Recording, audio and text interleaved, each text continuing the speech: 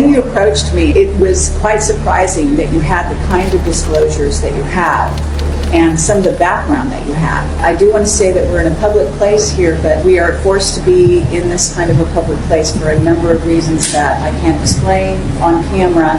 But take it from me, there's a purpose for this. And that's because the information in this interview needs extra caution. Minutes later, something strange happened. I just want to make sure that we cover this sort of preliminary until we go to the low level of what went on. And we are still having helicopters in the vicinity in the background.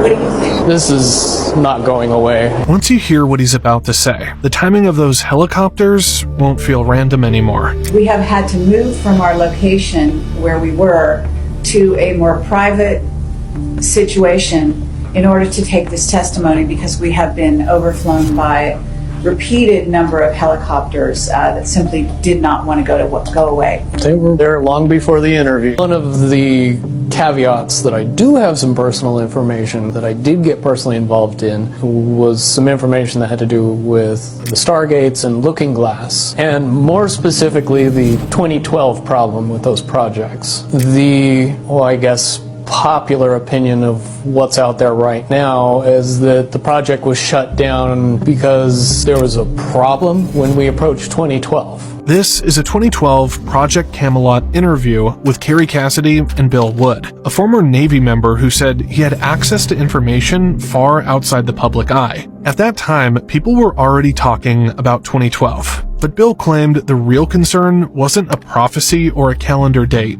It was a classified program the public almost never heard about. It was called Project Looking Glass, a secret program built around a controlled setup where they tested how different decisions could change what comes next. It wasn't one machine, but an entire process. They would adjust certain conditions, introduce a possible choice, and then watch how the timeline shifted. The goal wasn't to predict the future like a fortune teller. The goal was to see how the future reacts when the present changes, almost like watching reality update itself based on every decision made.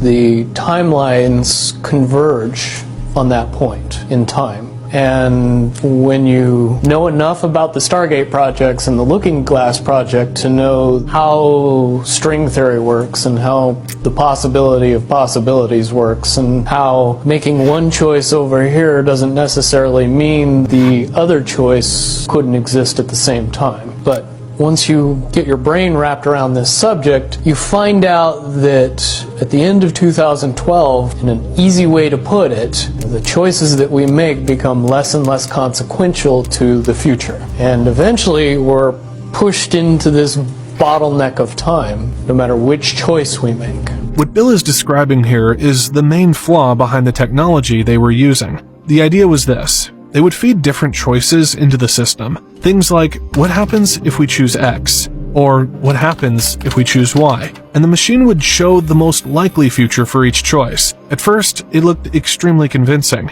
If one option showed a 79% chance of happening, and the other showed 21%, they assumed the 79% outcome was basically guaranteed. In other words, they believed the machine could calculate the future like a probability chart, the same way weather forecasts or simulations work. But what they didn't realize was that these probabilities could change very fast once real people, free will, and real-world actions started influencing the situation. Something that looked almost certain at one moment could shift completely a short time later.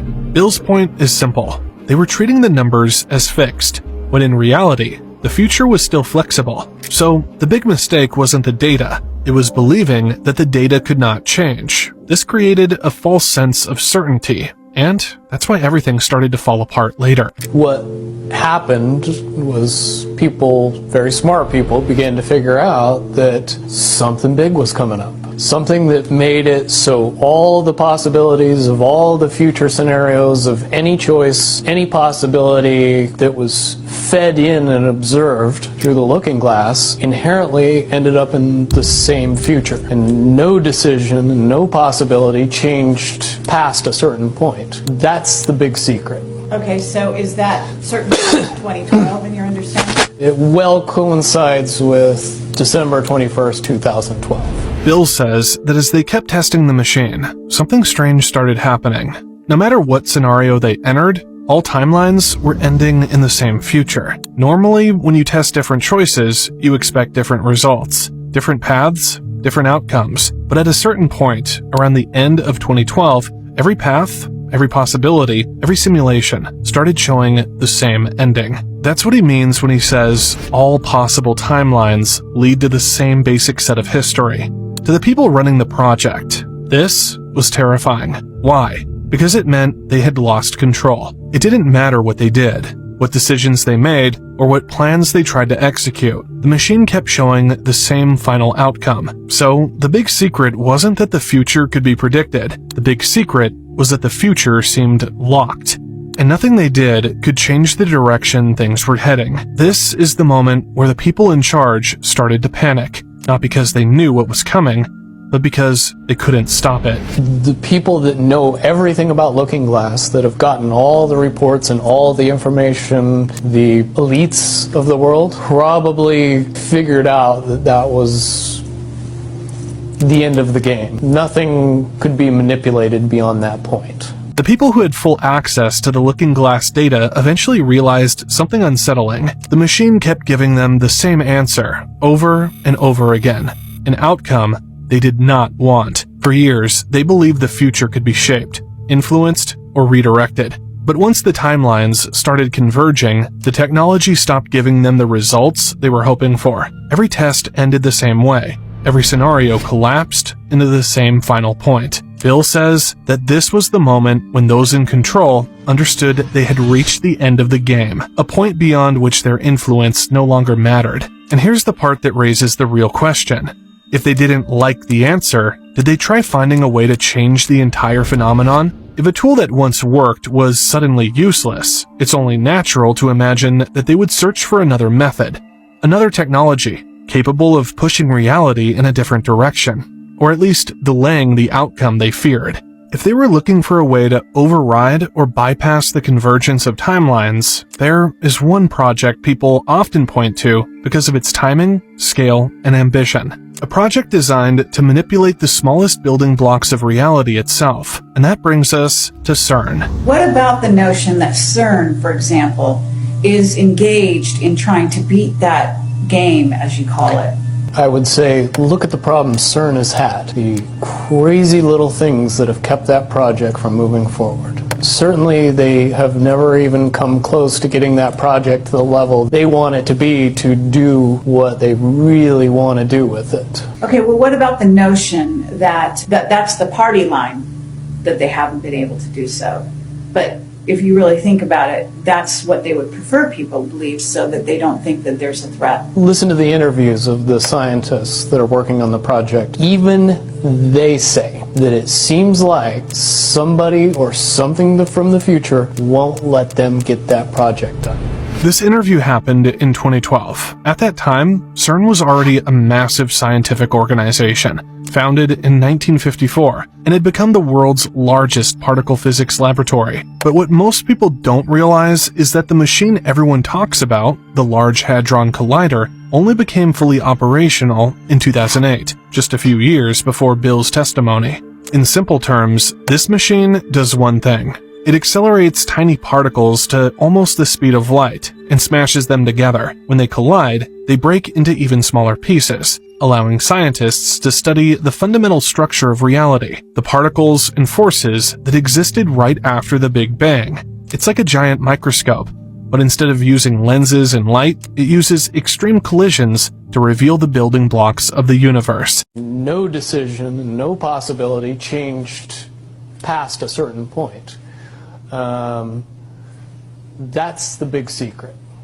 Okay, so is that certainly 2012 in your understanding? It well coincides with December 21st, 2012.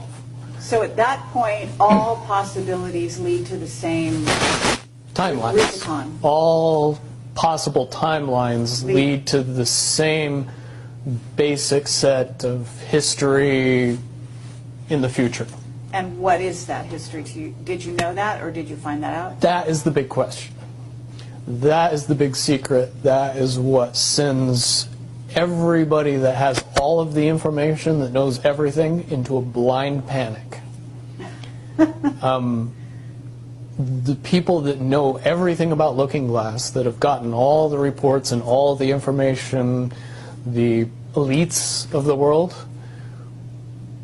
probably figured out that that was the end of the game, and nothing could be manipulated beyond that point. So do you think that's held true? In other words, well, I have about 60 questions, but do you think that's true or holding true, that nothing can be manipulated, that they haven't found a way to manipulate, that that's still the case? I mean, this is knowledge that you would have gained back when? Back when I was in the military, it would have been before '97 when I got in trouble. And it was things that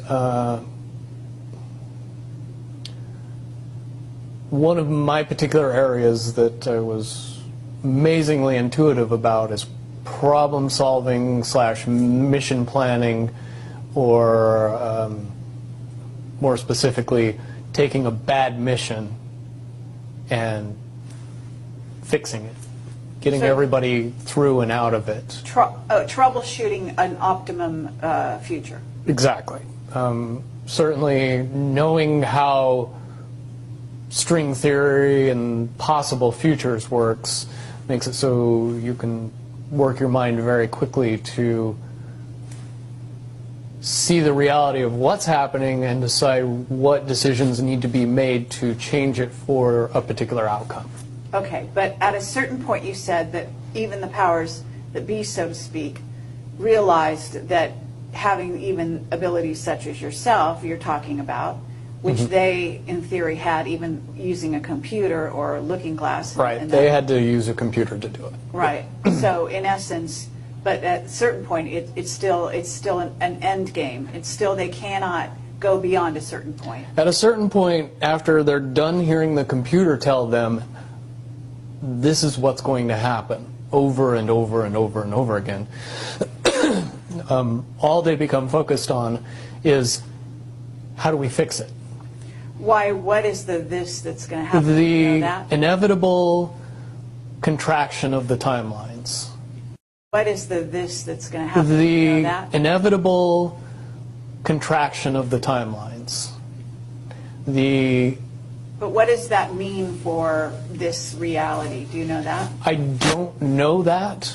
What I do know is that I was called in and asked to solve this problem, this timeline contraction problem. And I eventually did my due diligence and did all the investigating, and basically only had one piece of information, and that was reinforcement. The computer's right. The timelines will contract down to some inevitable thing that you guys won't tell me about, so I can't help you. But it's, what you're basically, you came back with was, it is inevitable, whatever it is. There is an inevitable event. It's been forecast, it's been predicted, it's been fed to us in a slop trough of what they want us to believe will happen. But they don't actually However, know. they don't actually have control over what happens. They only have control over the reaction, and it seems that no matter what they try to do to cause their desired reaction, it's going to have an opposite effect. Interesting. Now, it's much, much easier for me to explain today what that process is as opposed to back then. But if I had to give it a name, I would say it's the awakening process. It's an evolution of consciousness that cannot, will not, and no matter what decisions or possibilities are injected into the equation, eventually it all resolves down to us all learning the truth and becoming aware of this massive dam of lies that has been built that keep us from knowing massive volume of information that we should otherwise possess. Okay, well that's very, very monumental to be told that from a person in your perspective, who's had your background and your exposure. Is it your understanding that the notion that looking glass has been, you know, that there are various looking glasses around the globe supposedly, that according to Dan Burish were shut down. Is it your understanding they're actually not shut down? I believe that they're shut down because they are all saying the same thing, and So it's like they're completely useless at this point. Is what you're saying. Right. It's like the Wicked Witch, you know, looking into the, you know, magic mirror and always getting the same answer. Well, if you were always getting the exact opposite of the answer that you wanted, you'd stop talking to the mirror. And that's essentially what happened with Looking Glass, is no longer, not only did they not want people to use it anymore because they knew it was just going to burp out the same thing, but at the same time they didn't want anybody else to know what it was saying. Is no longer, not only did they not want people to use it anymore because they knew it was just going to burp out the same thing, but at the same time they didn't want anybody else to know what it was saying, I'm sure. Because they would lose control. Because that information was of a monumental concern when I was in the military about how to prevent this inevitability. Now, at first I thought it was end of the world. Now I see end of the world as end of their world. Well said. Okay, but are you aware, do you know the difference between Looking Glass and the Yellow Cube? Yes. Okay, and are you aware of what happened to the Yellow Cube and how it was used and so on? I believe that the Yellow Cube still exists. I can't say for certain if it's on this planet, but I would say that it's definitely protected from use at this point. Okay, well that coincides with the testimony we got. Can you also verify that leaders of... But let me say one thing about the Yellow Book and its differences with Looking Glass. The Yellow Cube or the Yellow Book would give you your possible future. Yes. So it took basically the choices that you would inherently make along a timeline and tell you what that timeline would be, given that you made all the choices that your brain would make. Well, this is exactly what I was just going to ask you. What we were told is that leaders of governments and so on, people in high places, politically, would use this to try to see their most optimum future and then follow those. So they were using it to enhance their wealth, et cetera, Yeah. in a very egotistical way. And that was part of the problem with it. And that supposedly one of the specific things we were told had to do with Hillary. Are you aware of any of that? You mean the 2012 protection for her? Well, will you tell me what you know? I don't have any first-hand knowledge of this. This is all back alley information. But one of the last predictions that was put out by the Yellow Cube was that, for all intents and purposes, and this is just my level of understanding, is that Hillary Clinton would be president in 2012. And when the Yellow Cube is involved, it leads me to question what I know about Looking Glass and string theory along with that. the first question that anybody that knew anything about the process would know is who was using the cube Right. when it made that prediction. If I knew that, then I could tell you why it would predict what it predicted. Wasn't there also an issue with, I'm not sure, but in using the yellow cube, yellow book, however you want to term it, that they actually had to use it through an intuitive who had a high vibration, had to be in the vicinity to, in a sense, be the go-between between the person who wanted to use the cube Right. and the cube itself, because normally they didn't have the vibration necessary. Correct. Yellow book, however you want to term it, they actually had to use it through an intuitive who had a high vibration, had to be in the vicinity to, in a sense, be the go-between between the person who wanted to use the cube Right. and the cube itself, because normally they didn't have the vibration necessary. Correct. And that is a process that would prevent anomalies from popping out in predictions. But it wouldn't completely. No, and I'll tell you why.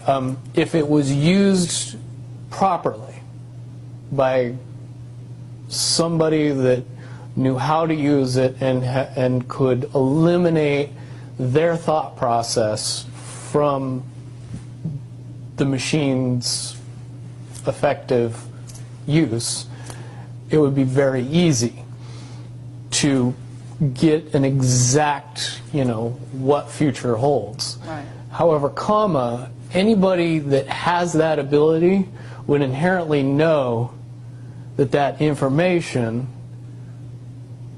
could not be given and would be protected.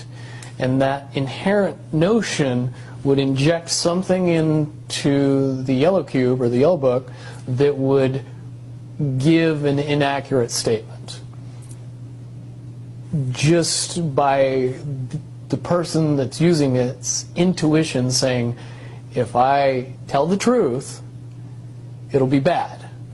So the higher levels pick up on that and throw out a different scenario that Right. isn't the truth. It's in a sense the feedback loop gets dirtied somewhere along the line by exposure. And that's why those pieces of technology should have never been used by humanity in its current level of understanding. Because for all intents and purposes, the technology doesn't work right when we use it. Right, I totally get that.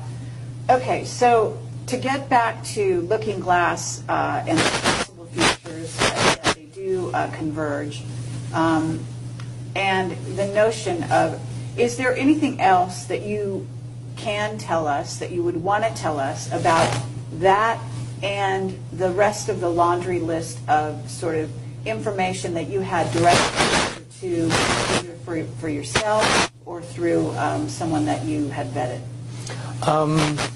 The biggest cherry on top of all this conversation would be a synopsis to say that if I could convince everybody out there that for all intents and purposes, what we believe to be true eventually becomes true. If somebody convinces us that a major disaster is going to happen in the very near future, a major disaster happens. On top of all this conversation would be a synopsis to say that if I could convince everybody out there that for all intents and purposes, what we believe to be true eventually becomes true. If somebody convinces us that a major disaster is going to happen in the very near future, a major disaster happens in the very near future. If we don't buy into that fear, and accept that there is really nothing that we know is going to happen, and accept of whatever happens, that makes the convergence of the timelines happen as naturally as possible.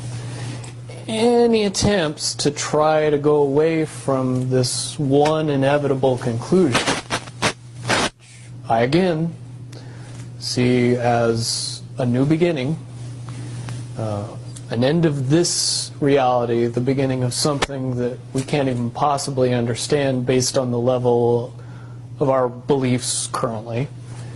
But when all that information comes flooding out, there's going to be no denying what's true and what's a lie or what's illusion. We won't have the choice to believe that 9/11 happened because of a bunch of terrorists, because we'll know exactly what's happened. Basically what we're experiencing right now is two master chess players sitting at the board. And one of them looks down at the board and sees that he's in checkmate in 7 moves. And he looks across at his opponent and he knows that his opponent sees it too. So there's no getting out of it. So at this point, the loser can only prolong the game. The game, both players know the game is over. It's only a matter of time before he does this, and then you're forced to do this, and then he's forced to do this, and eventually checkmate. We, as a race, if we could understand that the game is over, that based on the rules of the game, the bad guys have already lost, the good guys have already won. Yes, there's moves left on the table, but those moves are being forced by the player that is going to win. The only way that checkmate can't happen is if the player that's winning makes a mistake. But from all of the information that I've gathered, all of the information that's been given, all of the information that's been vetted to me, it seems pretty obvious that the good guy player on the side of the chessboard knows exactly what has to be done to win the game. And so at this point, any mistake would be all but impossible. I believe that it comes down to one inevitability, is because I was entrusted in getting it down to 2 possibilities.